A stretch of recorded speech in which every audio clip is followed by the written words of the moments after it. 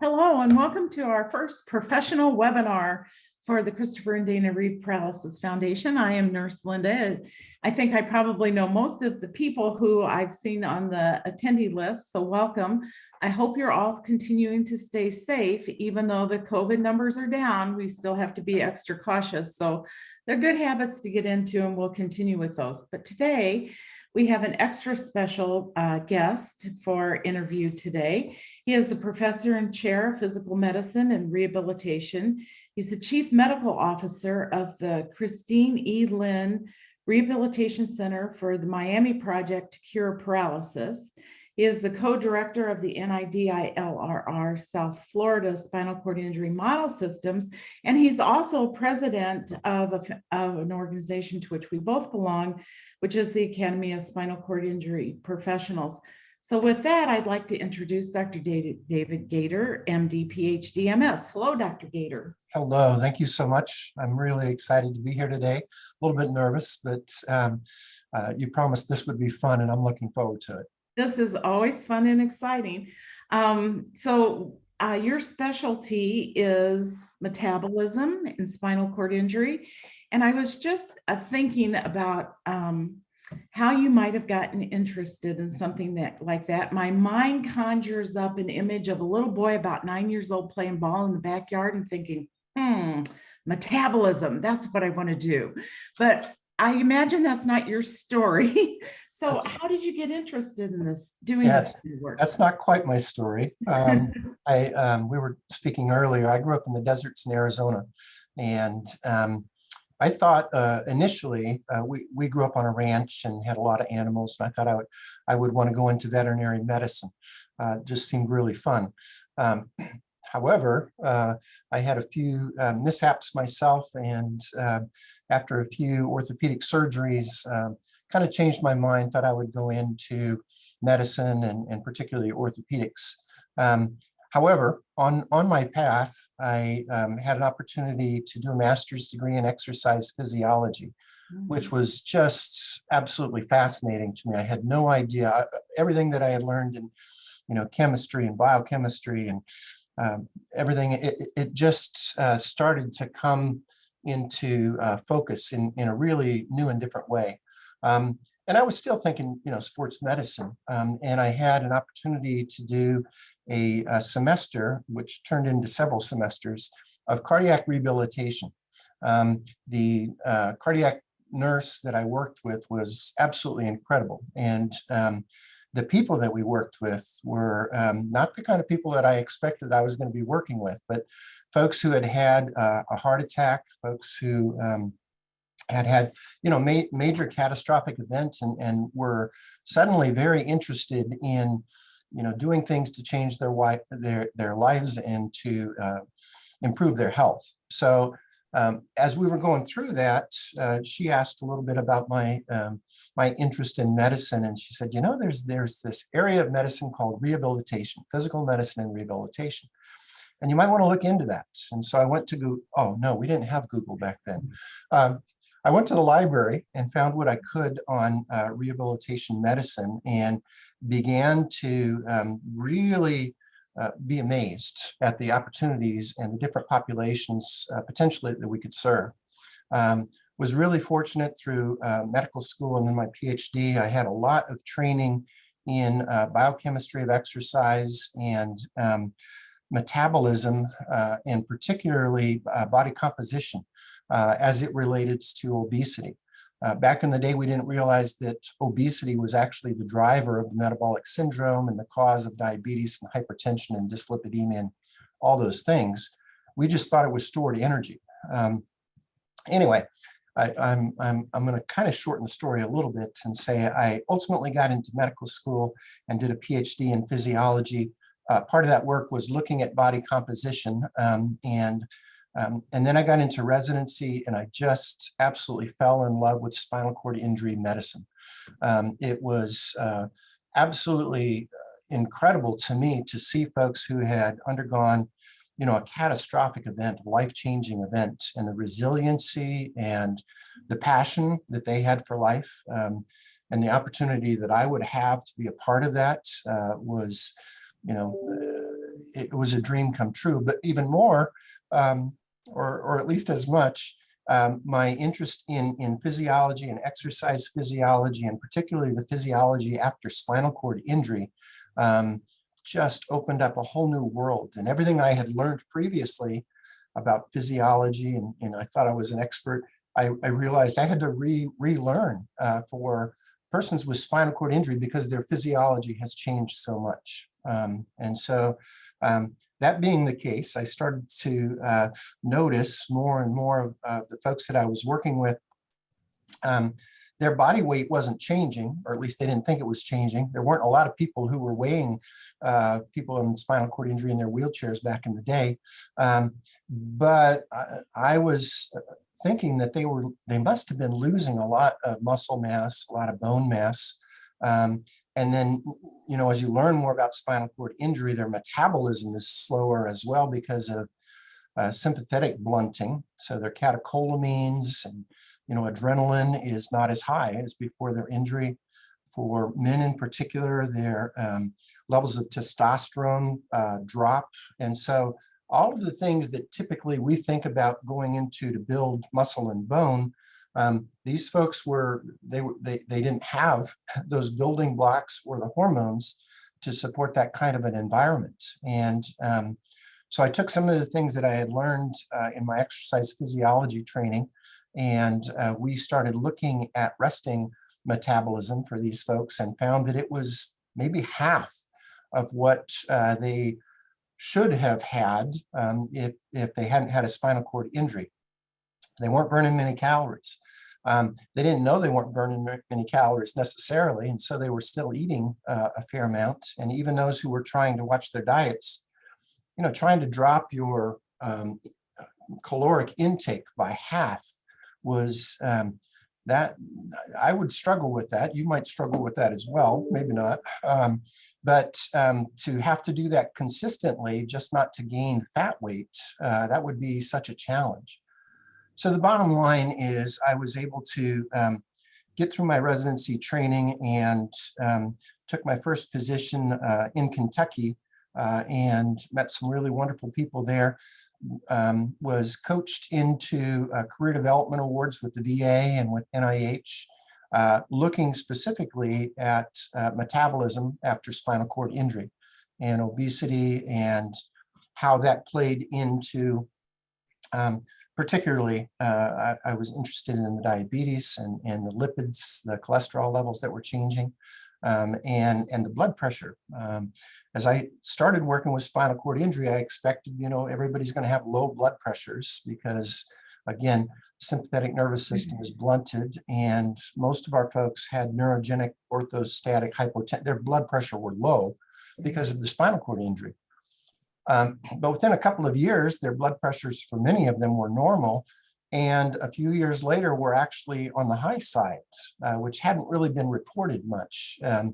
And so as I continued through my career, was able to link up with several other folks who kind of mentored me, and I just lost you. Oh, there you are again. Anyway, was fortunate to be able to spend some time in Michigan and then Richmond, and all the time that I was doing this, I had the opportunity to work with both veterans as well as non-veteran populations, and was able to kind of move forward with, you know, just thinking and wondering about these things to actually investigating some of them.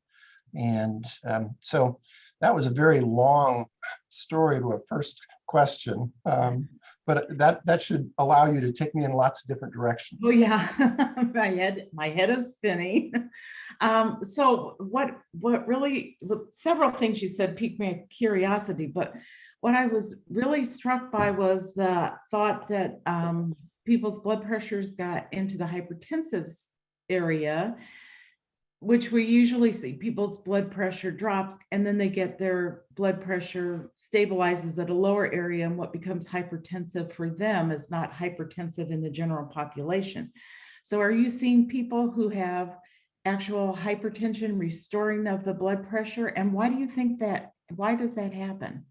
Well, part of it is there's the two parts of the autonomic nervous system. There's the sympathetic and the parasympathetic.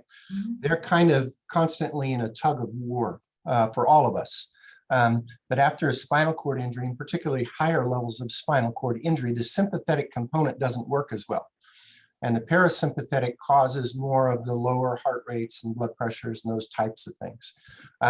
Over time, I mean, within the first couple of months, the body adjusts to that to some extent. But oftentimes we still have to provide medications and abdominal binders to help keep their blood pressure up. So like you, I was surprised to start seeing normal blood pressures or even some high blood pressures that weren't related to autonomic dysreflexia. And we can come back to that if you want to. But then as I started studying more and more about obesity and adipose tissue, it started to dawn on me, there's these pro-inflammatory cytokines. I mean, it causes inflammation everywhere in the body because it's these pro-inflammatory cytokines are traveling through the arteries, traveling through the veins, and the whole body gets exposed to them. Part of what they do is actually cause blood pressure to go up. So the more adipose tissue a person has, the higher levels of blood pressure we see. There are actually more than 6 different ways adipose tissue can increase blood pressure. And our folks with spinal cord injury are subjected to so much more adipose tissue than the able-bodied population. It is such a mismatch that rarely do we see in a non-spinal cord injured population, percent body fat that is 45% or 50%. So what am I saying here? 50% of the person's whole mass is fat mass, adipose tissue. And they don't have the muscle mass or the bone mass or the catecholamines to keep their metabolism up and running at very high levels. And so they just continue to accumulate more and more adipose tissue, more than we see relative to their muscle and bone mass in any other population that I've studied. So this model of obesity, unfortunately, is an incredible model to study the effects of adipose tissue on human beings, and in a way that we really couldn't do with folks who didn't have a spinal cord injury. So we're learning more and more, and people are starting to recognize, wow, the things that they're learning in spinal cord injury is actually the cause of, the high blood pressure and the diabetes and the cholesterol issues that we're seeing in the able-bodied population, but it's never been as clearly exposed as it is in the folks that we work with spinal cord injury. That's such an interesting thought, because I'm always talking about discoveries that are made in different, especially neurological diseases, that are discoveries that can be applied to spinal cord injury or molded or reshaped in that regulation, in that form. But we never really stop and think about all the discoveries from spinal injury going back to the general population. So I think Right. that is a really important point that you made. Another question that came up is we often talk about, well, anybody can see inflammation if you have a cut on your skin or something visible, but we forget about that internal body inflammation, and we all know that neurological injury causes inflammation. And so is that yet another risk factor for obesity after spinal cord injury? You said there were 6 factors that we know about. So well, that was just related to the blood pressure, but the other, if I can, kind of grab that. So for a lot of years, folks, the basic scientists were showing inflammation related to spinal cord injury in the nervous system. And then they started noting inflammation in the rest of the animals that they were working with. And they started noticing similar types of things in humans. And there was a while where folks were thinking that it was the inflammation from the cord that was causing this systemic inflammation in the rest of the body. It hasn't been that long ago that we first described it's actually this accumulation of adipose tissue that is driving the systemic inflammation in the rest of the body. It's not because of the cord itself. It's because the person has accumulated all of this adipose tissue that is spewing out all of these pro-inflammatory cytokines.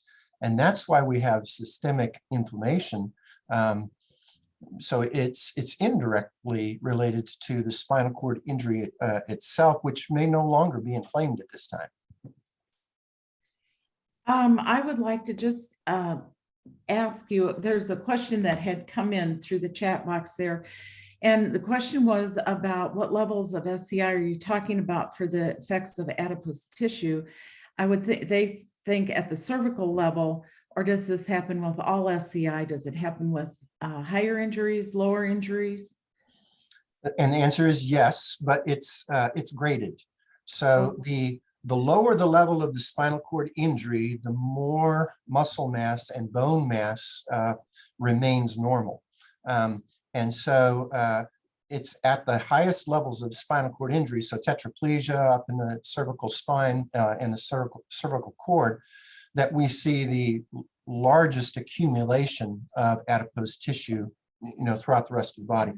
Those folks who are able to ambulate to some extent, who have incomplete injuries, because they're burning some calories, they're maintaining some muscle mass and bone mass, they won't accumulate as much body fat as somebody who has a complete cervical injury.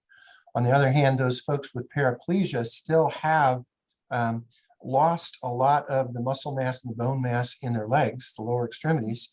They're not burning as many calories. Those are huge muscles that you and I put to use and are burning calories throughout the day.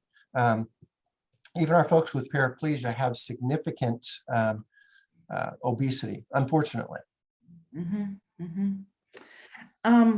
That's just very interesting. So how do you measure obesity in people with spinal cord injury? What are your assessments? That's a great question. So back in the day, as I was learning exercise physiology, I trained at University of Arizona, and it was unbelievable. The people that were there at the time were, they were the gods of body composition analysis. And I was so fortunate to be able to train with them and learn to do underwater weighing. We were just starting to do DEXA scans for bone mineral content. Later, I learned how to do total body water. Those are four essential elements of being able to determine how much of a person's body mass is muscle or bone or water or fat. That's the other component that's there. So sometime after I had graduated from grad school and whatnot, the World Health Organization came out, it was around 1991, 1992, with the body mass index. And they were promoting this to be able to look at obesity issues in large populations. And it was easy to be able to take a look at somebody's weight and their height and come up with this body mass index that's been used for, ever since then. And they put together what they felt were appropriate stratifications, so that if you had less than 25 kilograms per meter squared, that's the way they measure body mass index, you were considered normal. If you had between 25 and 30 a BMI, then you were considered overweight. And if your BMI was greater than 30, you were considered obese. But it was really not tied to anatomy. It wasn't tied to body fat per se. These were just numbers and what I would say is a one compartment model. When we look at the actual, break it down into fat and non-fat mass, that gives us a lot more detail than you would see in just looking at BMI. So part of the issue with not recognizing that this was a problem in our folks with spinal cord injury was we got caught up in that whole thing of using a BMI instead of actually looking at body composition. So that kind of leads me into what we had done recently and just reported out last year, was 4-compartment modeling. So we did underwater weighing, which is challenging, and I'll share a little bit more about that in a moment. underwater weighing these folks with spinal cord injury and determining what they weigh in air, what they weigh under the water. Using Archimedes' principle, we could figure out what their body density was. And then we can work backwards from that and figure out how much is bone, because we can use DEXA scans to determine bone mineral content. We can determine body water, which gives us an indication of muscle mass as well. And so we end up doing several different things to determine how much of their body is actually fat. And that's using a 4-compartment model. And then we compared that with lots of different assessment tools that are typically used to look at body composition, bioelectric impedance analysis, looking at electricity passing through the body, air displacement plasmography, which is a BOD-POD where we displace air and look at body density. But what we found was that when we actually used the 4-compartment model, 97% of individuals that we had assessed, 72 of them total, 13 of them were women, 97% were obese, more than 22% body fat for men, more than 35% body fat for women. And yet, if you just looked at their body mass index, you would never have categorized them as obese. So we would have missed that. We put together an equation using, age, sex, weight, and then abdominal skin fold.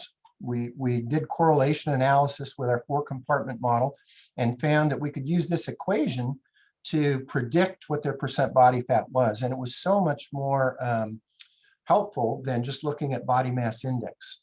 So let me make a comparison for a moment.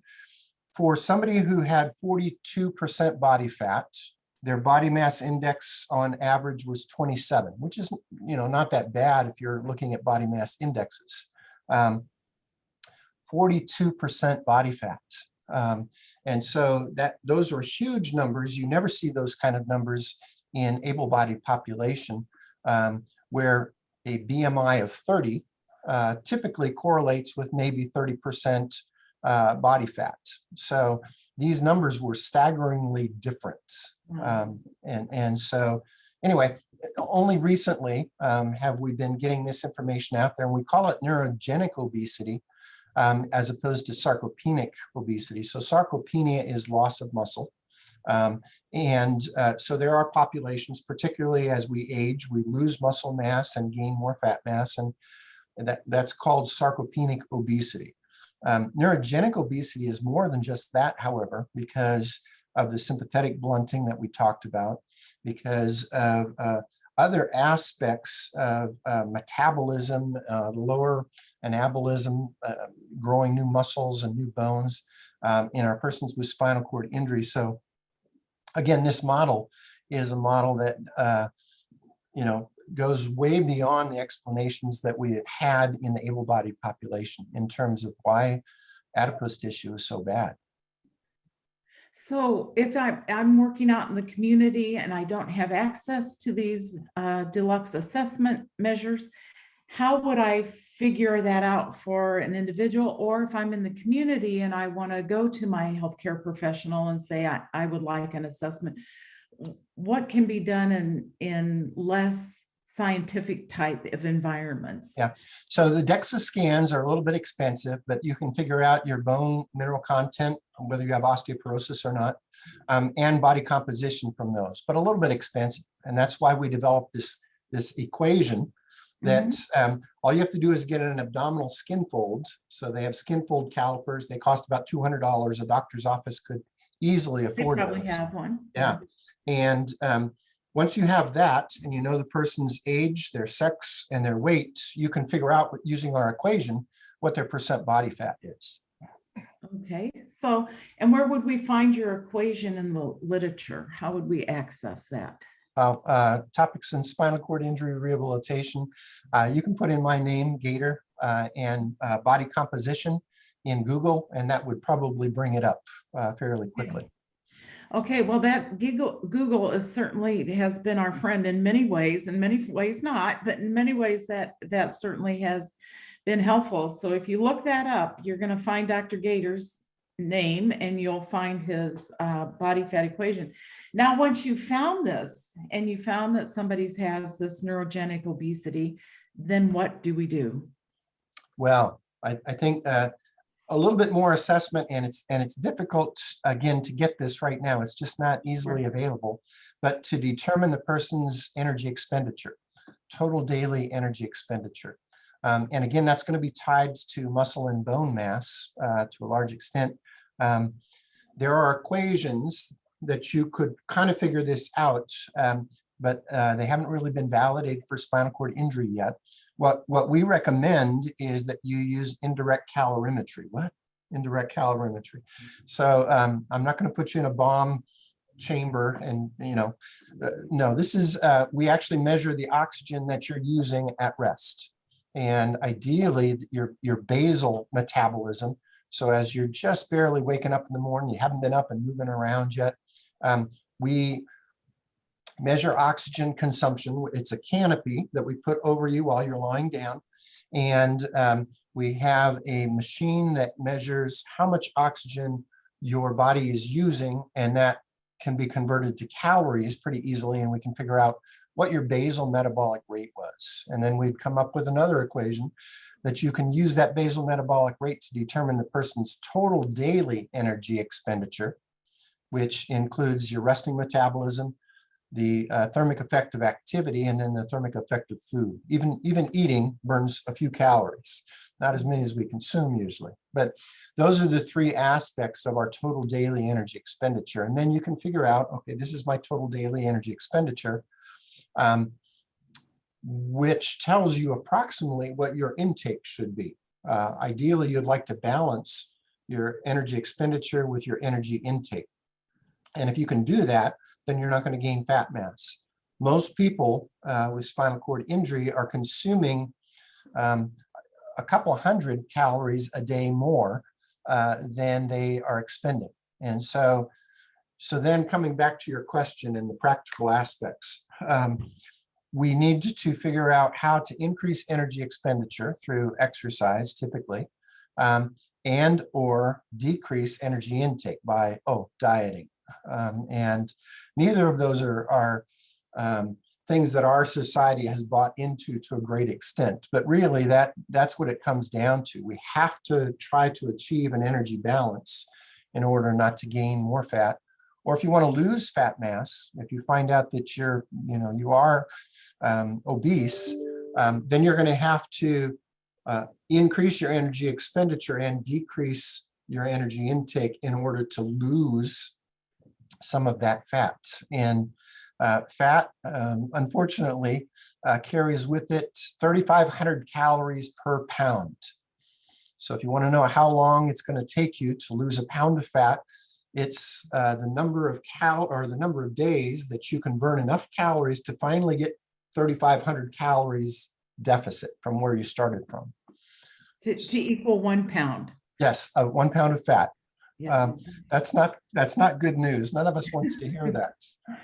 No, and I see some of the comments in the chat box are people that are exercising, but they're worried about their inflammation, but they're exercising, and the old calories in, calories out, which we know is not the whole story, but it's certainly the traditional story. Mhm. And so what type of exercises for someone who is really has a lot of deficits from paralysis, Mhm.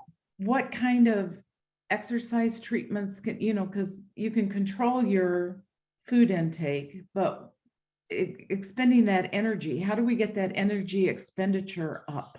Right. So a couple of things to consider. One is, I mentioned earlier, the thermic effect of activity.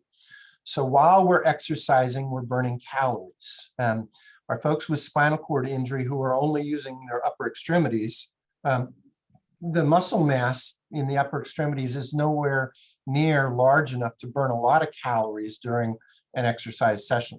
But you can burn, arm crank, arm cycle ergometers, those types of things can be helpful. That will burn, some number of calories per day. You know, the really difficult thing, and I think frustrating thing for folks is, I mean, you can exercise an hour on an arm crank ergometer and only burn, you know, even an able-bodied individual burn about 200 calories, which is, you know, that's better than not. But if I get on a Nordic track machine, I'm using arms and legs and trunk, I'm burning 800, 900 calories in a 1 hour session. So we're somewhat limited if we're only going to use the upper extremities. So part of, you know, the equation is how many calories can you burn while you're exercising? The other part of the equation that I think that we also need to pay a lot of attention to is how can we increase our basal metabolic rate? And I mentioned earlier, that's tied to muscle mass and bone mass. So if we can increase muscle mass, and so now I'm not talking about doing just aerobic exercise, I'm saying, how can we increase muscle mass? And that's going to take some strength training, some resistance training. And so again, we can increase doing appropriate strength training, recognizing that we have to be careful with the shoulders and we don't want to cause overuse. So trying to keep your exercises below 90 degrees and not reaching up overhead is going to be important. But, you know, depending again upon the amount of, or the level of your injury, the number of muscles that you have to be able to work out voluntarily, you can increase some muscle mass. And there are bodybuilders, you know, who have spinal cord injury and their upper extremities are, you know, enormous, amazing.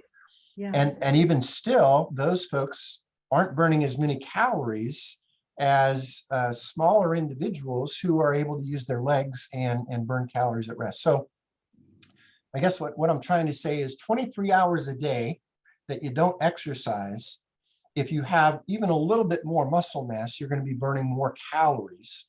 And that little bit more muscle mass may actually be better for you than an hour of aerobic exercise, you know, spread, it's only an hour. So the other side of this is, what about functional electrical stimulation, leg cycle ergometry in particular?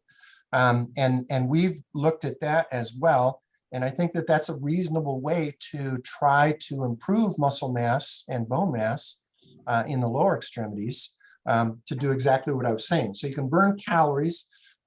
It's hard with functional electrical stimulation. So this is, we actually put electrodes on the quads, on the legs, on the hamstrings, and on the glutes, so the bottom.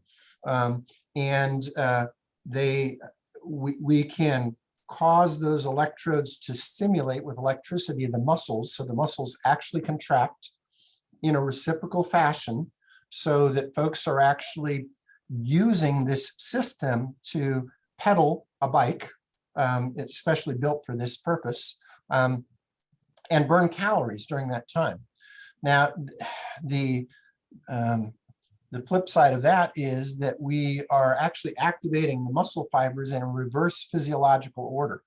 And so we're not actually activating the slow twitch oxidative fibers first. We're actually activating the fast twitch fibers, or the larger fibers that don't have the capacity to use oxygen and burn. So it takes a long time to adjust, for the body to adjust to this kind of functional electrical stimulation. The first 4 weeks, typically, if you're doing this 5 days a week, you're just trying to get to the point where the electricity and the muscles are actually driving the bike, instead of many of these bikes have the capacity to take over on their own, so that the person can keep pedaling but not be expending any energy in there. And so usually the first month of this type of an exercise is just trying to get the muscles back up to speed where they can exercise, you know, maybe 40 minutes. That would be ideal during this exercise, but maybe not burning a lot of calories initially. And then you continue on this, muscle mass increases somewhat, and you're actually able to complete a full exercise session on your own, well, with the electricity stimulating you, instead of having the bike take over to do it for you. So there's the opportunity then to increase, 23 hours a day, the muscle mass in the legs is going to be greater and you're going to be burning more calories, even though you're not exercising during all that time. And then the other possibility is to do upper and lower. So you can do some upper extremity exercise and increase some muscle mass there and do lower extremity exercise. But what we're talking about is a pretty big investment in time. So most people are going to need to also work on their diet. And, what we have demonstrate probably a plant-based diet and multivitamins are going to be most appropriate to try to mitigate the obesity that we're talking about, to try to offset the obesity that we're talking about. So that is one strategy that somebody who doesn't have access to a bike, an electrical bike, and that's one strategy is to change your diet, plant-based, use multivitamins, work what parts of your body you can work. There's a question about protein. Should protein supplements or anything like that be used? I hear you. So that was my dissertation way back in the day, not with spinal cord injury, but we were looking at amino acid supplements that were supposed to promote muscle hypertrophy and growth hormone, and they didn't, even in able-bodied individuals. Not to say that protein isn't important. And so when I said the plant-based diet earlier, I'm still recommending, eating fish a couple of times a week or something like that, but, not the red meat.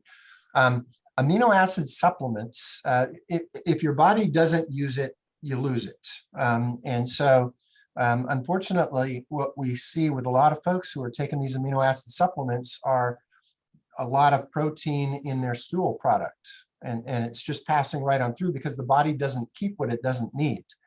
And so if you just feed me protein and I don't exercise and I don't do anything to stimulate muscle growth, my body won't keep that extra protein. And if anything, it might be a bit of a load to the kidneys and potentially cause some problems there in the long run. So unfortunately, people are asking all the time these protein supplements or, vitamin or, different types of things. And most of the time what you're doing is creating a very expensive sewer product, but not really helping the body because it doesn't hold on to what it doesn't need. Well, and I know some people have been asking about these fruit and vegetable capsules there's several different brands, but these replacements and to get their daily requirements of fruit and vegetables, is that helpful for people? I wouldn't know without analyzing their diets. And that's the other thing that we are just starting to do. I've got a registered dietitian with a PhD in nutritional food sciences working in our lab now with us. And we're trying to answer some of these questions. In and of itself, I would say that most of us needs to probably watch our diet, which is usually too high in fats and probably too high in carbohydrates. If we can modify our diets, so the plant-based are going to still have some protein and carbohydrates, but not much in the way of fat. And so that would be a better way to go. Do you still need to take the food tablets? Probably not. I think more importantly, we need to look at the calories consumed and the nutrients consumed, which includes, the vitamins and minerals and all of those things, the recommended daily allowance that is provided to us. And I think that probably most folks with spinal cord injury would do well with a multivitamin. Most folks are still going to be taking in too many calories and they're going to accumulate fat. I mean, that's the bottom line. It's really hard, and my other postdoc is about to undertake a study where we're looking at satiety. So that means when do I know that I'm full? If I'm eating, and what we've found anecdotally and otherwise in a few surveys is that many folks with spinal cord injury don't know when they're full.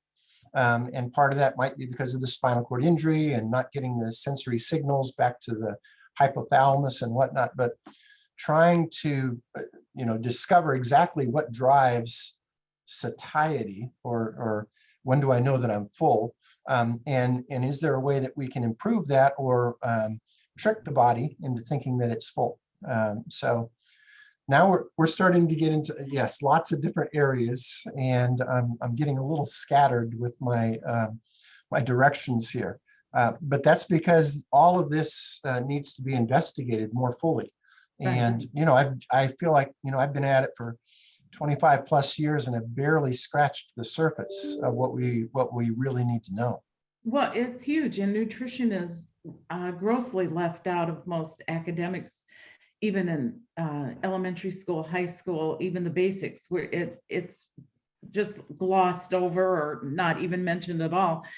We do have somebody that has written in about that they were having some difficulties, and they found that they were not eating enough calories. And so now they're putting in more food.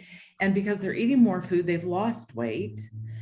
But because of that sluggish gut, I'm assuming they feel like they're always stuffing themselves. So you're talking about, getting that sensation of being full. And here you have that sluggish gut. So you feel like you're full, but it's just slow moving. So, what do you do with all of that? How do you? Yeah, so you can't, in the midst of our discussion of spinal cord injury, we can't forget that there are other things that people go through. And so there are eating disorders and things like that, where, folks are using body image in a certain way to, allow them to be very, very thin. I think that, without knowing the whole circumstances for the individual that wrote in, generally speaking, you can be told that you weigh too little because most of your muscle and bone mass has been lost, and you still have fat. You want to look at the quality of the food that you're eating, and again, that includes the nutrients, vitamins, and minerals. Appropriate protein, and ideally, you want to know what your body composition looks like. If you have more than 22% fat, that really is considered obese. And there are some, but very few of the folks that I've worked with spinal cord injury who have less than 22% body fat. So that's for men. For women, it's 35% body fat. So there are different standards, and again, not knowing the particular circumstances for the person that asked that question, I'm covering my bases a little bit. Sure. Now I'm really going to open a can of worms here, but it's been asked, so I'm going to ask you. High protein, those worms. High protein. Those worms. Oh, a can of worms that you just never mind. Well, now I'm really gonna blow the lid off of it, because I get a lot of people who feel like they're fat because they have a lot of this extra tissue. Sometimes I think it's not so much that they're fat, but that their muscles aren't tight, so they feel like they're fat when they're not really that heavy of people. But because of the laxity of the muscles, that they kind of, they have the spread and the hip spread and that. And so a lot of people will ask me if they should have gastric bypass surgery. So I'm going to ask you what your thoughts on that. I have thoughts on that, but what are your thoughts on that? Yeah, because that is a whole nother dimension. Yeah, I think that would be an absolute last resort as a recommendation, and a lot of serious consideration would go into that before I would encourage somebody to go that route. The gastric bypass for somebody who has a spinal cord injury, I think, is going to be particularly bothersome with regard to gut issues, neurogenic bowel. You're going to have the likelihood of losing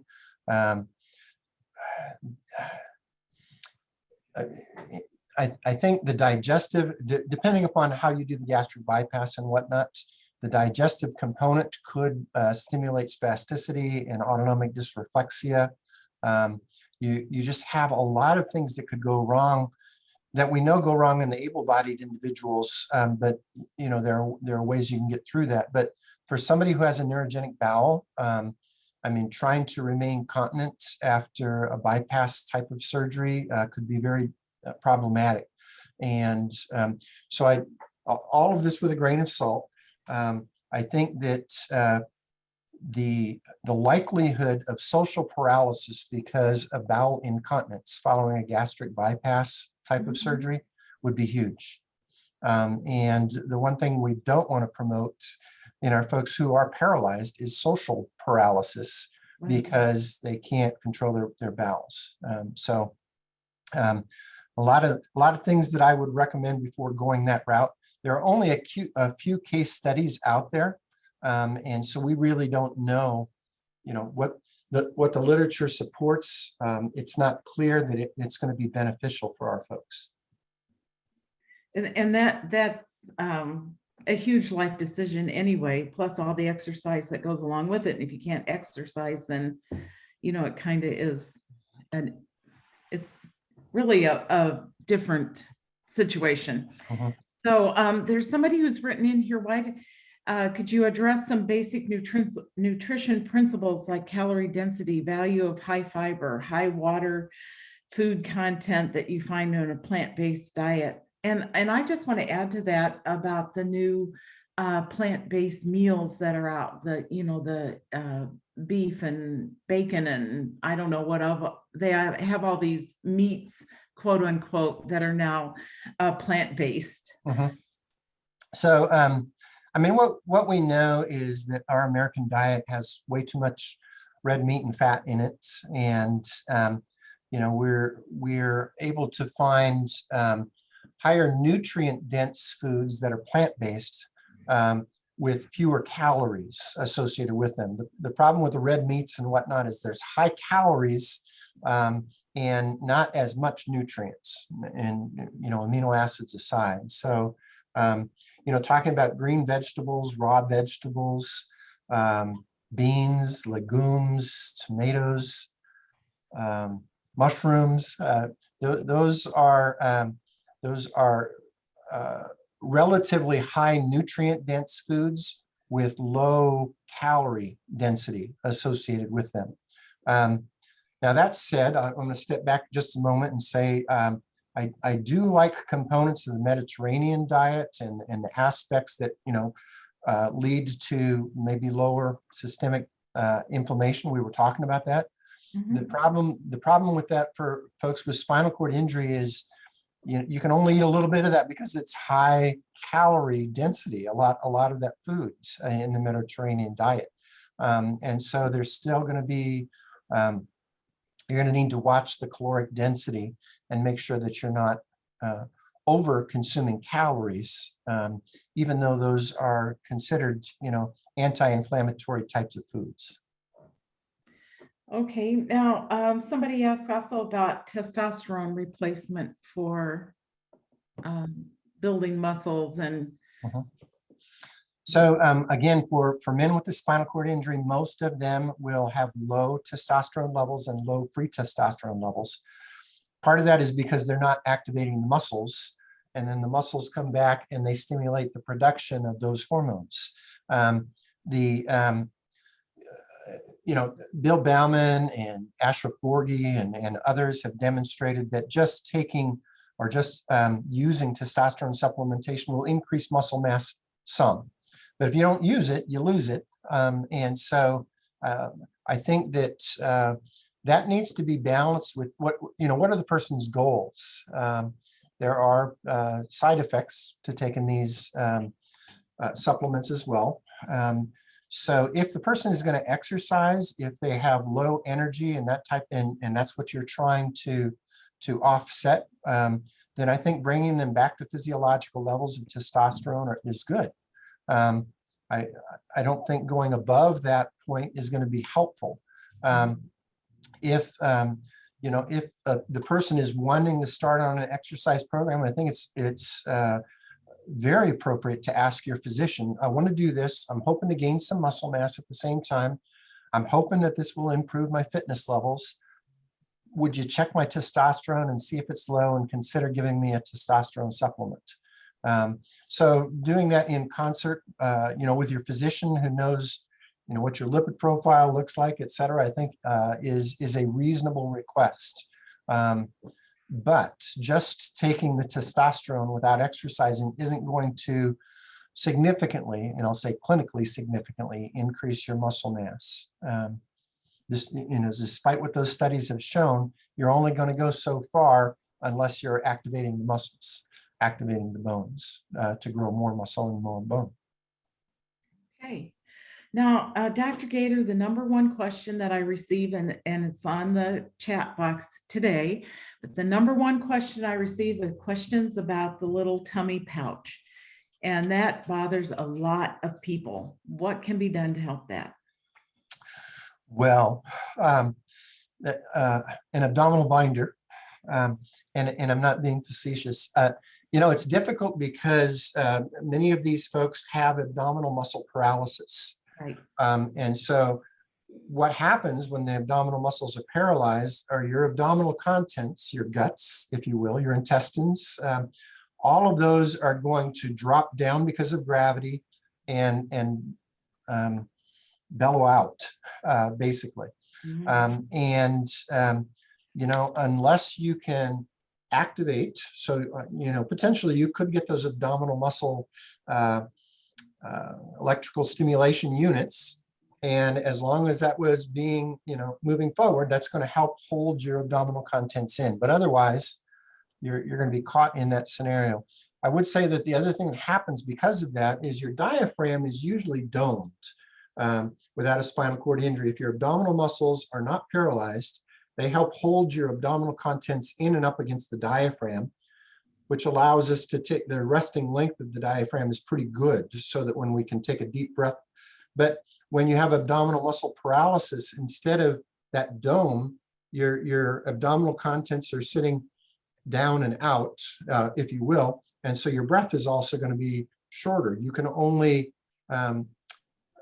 contract the diaphragm so much. And so using an abdominal binder will help pull the abdominal contents in and up against the diaphragm and actually help you if you're wanting to take deeper breaths. So all of that said, some of that belly pouch may also be fat and adipose tissue, and that some of that is genetically predetermined where you're going to gain your fat.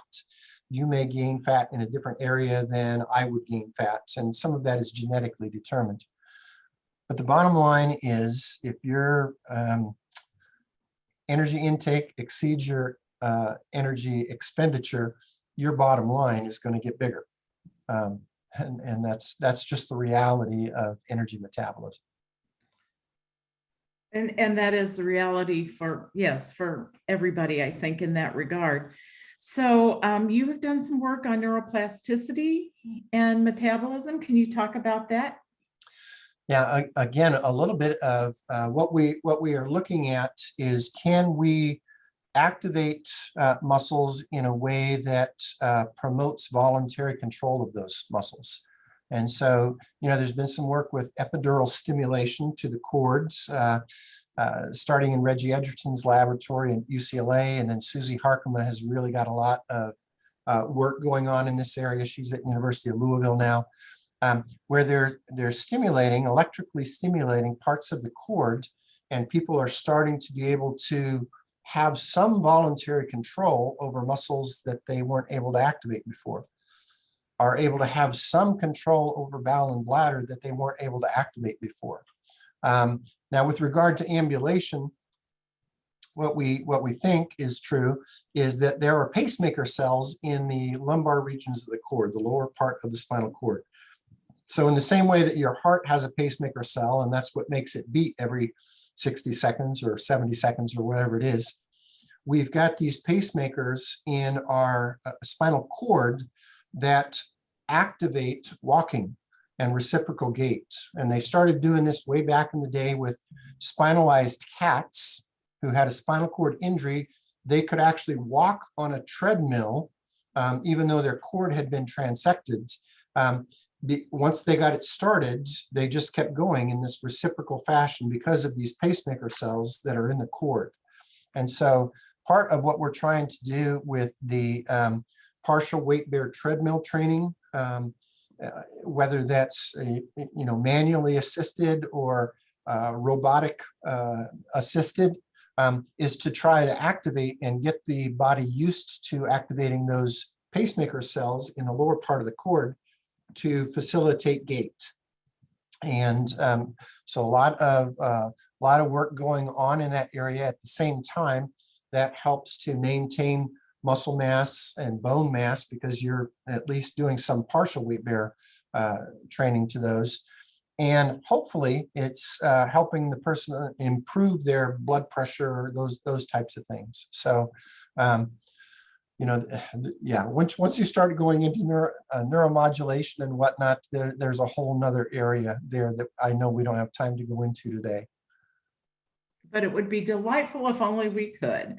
Okay. And we are kind of coming to the end of our time. First of all, there is a comment from Thomas. I'm going to say Hoatlin, Hoatlin. He's a colleague of yours from University of Michigan who wants to say hello to you. So that's always nice. Yes. To hear a friendly hello out there. So the take home message from you is to perhaps get your calculations on how to assess this. So some people are like, yeah, but what do I do now? So look up Dr. Gator, get his formula calculation that includes age, sex, and weight, and that abdominal fold measurement that you can get measured at your physician's office, or your therapist. If you're going to therapy, I'll bet you anything they have an abdominal fold measure right there in their therapy area. And what else do you suggest as a take home for people to give them some optimism about this whole issue? Yeah, I mean, ideally, take a look at your diet and try to get an idea of what your body fat is. If it looks like it's high, the ways to improve that are to increase your energy expenditure over time, increase your muscle mass over time with the muscle mass that you can activate either voluntarily or with electrical stimulation. And then try to reduce your calorie intake and yet maintain nutrient density. So if you're going to be dieting, I certainly advocate a multivitamin minimally, but I would say get in to see a dietitian, and if at all possible, try to figure out what your energy expenditure is by doing indirect calorimetry, measuring your oxygen consumption at rest. And then using what you know to kind of move forward. At the end of the day, I encourage folks to try to be as active as possible without, causing shoulder and elbow problems with overuse, and modify your diet. You don't want to hear this, but there are some high caloric types of food like liquor, alcohol, unfortunately, has no nutrient value and a lot of calories associated with it. And so at the end of the day, trying to reduce your energy intake and increase your energy expenditure. And then staying active, that means getting out and getting about and being social as much as possible.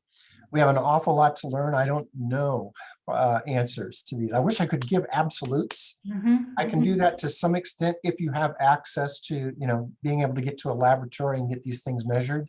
But even still, there's so much that I feel like we're just barely starting to scratch the surface. And the things that we're learning in spinal cord injury are going to apply to the able-bodied population. They just don't know it yet. So those of you with a spinal cord injury, I would say thank you, because we're learning so much from you. And again, part of the reason I went into this field is because of your resilience and the passion that you have for life. And I just want to say thank you for allowing me to be one of those folks that get to care for you and do some research in this area.